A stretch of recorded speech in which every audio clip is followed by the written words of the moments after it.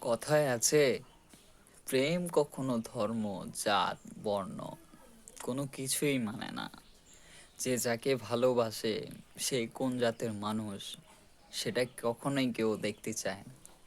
ভালোবাসাটা এমন একটা জিনিস যা বারবার মানুষের প্রতি হয় না, আর যার প্রতি হয় তাকে যদি ওই মানুষটা হারিয়ে ফেলে তখন পৃথিবীর সমস্ত দুঃখ যেন তাকে চেপে ধরেছে।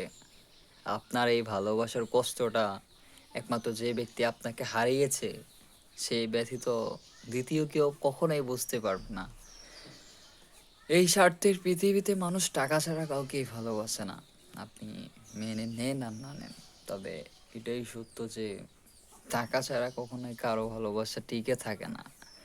আপনি বলতে পারেন হ্যাঁ ভালোবাসা টিকে থাকে, হ্যাঁ হাজারের মধ্যে একজন, নয়তো আপনার অনেক বেশির মধ্যে 1% মানুষ।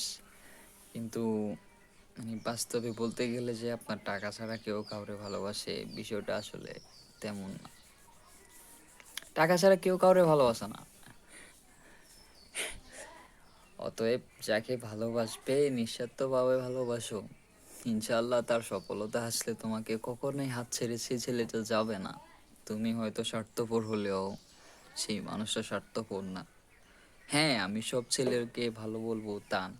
ভালো খারাপ মিলে এই দুনিয়াটা তৈরি হয়েছে। আশা করি বুঝতে পারছো।